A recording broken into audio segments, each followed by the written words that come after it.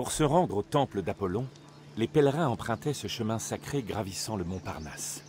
En été, la chaleur du soleil leur brûlait le dos. En chemin, ils admiraient les splendides monuments, trésors et statues qui bordaient la voie. Ces lieux témoignaient du respect de la population envers la bienveillance de l'oracle. Tous étaient consacrés à Apollon, et la plupart avaient été offerts par des cités afin de commémorer les victoires. Ces monuments ne représentaient pas seulement la piété de leurs donateurs, mais aussi leur pouvoir et leur richesse. Le caractère sacré de Delphes perdure encore de nos jours, et les visiteurs empruntent le même chemin.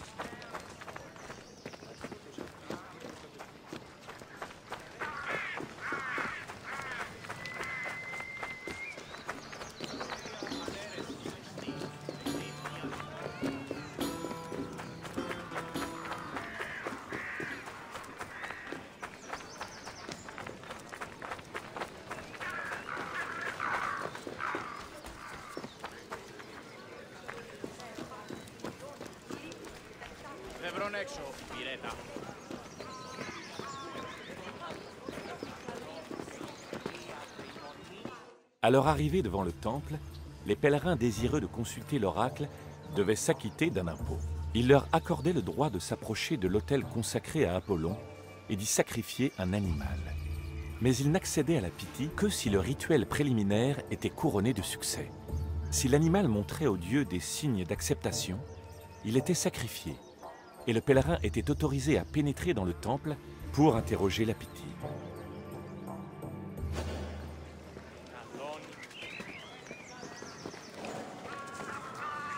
Nous voici enfin au temple d'Apollon, là où la Pythie transmettait ses prophéties. Le temple était la destination de ceux qui demandaient audience à la Pythie, et son apparence reflétait la majesté de sa fonction. Au-dessus des imposantes colonnes, les frontons présentaient des scènes célèbres de la mythologie, sculptées par Anténor, artiste grec de renom. Mais la grandeur de l'édifice n'était rien comparé à ce qui se déroulait à l'intérieur du temple.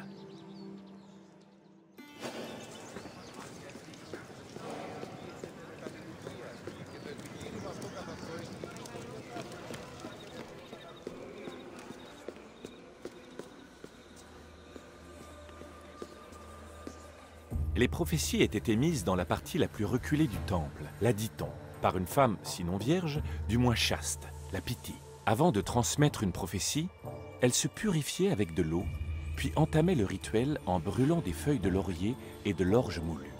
Alors, installée sur un trépied et entourée d'offrandes, la Pythie livrait les messages d'Apollon.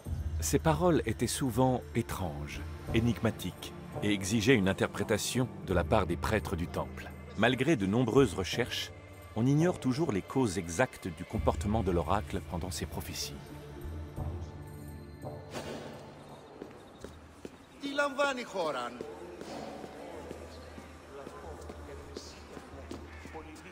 Selon les mythes, c'est alors qu'Apollon cherchait un oracle capable de transmettre ses paroles aux mortels qu'il fonda un sanctuaire sur le mont Parnasse. Apollon s'empara de ce site en tuant son sinistre gardien, le monstre ophidien appelé Python.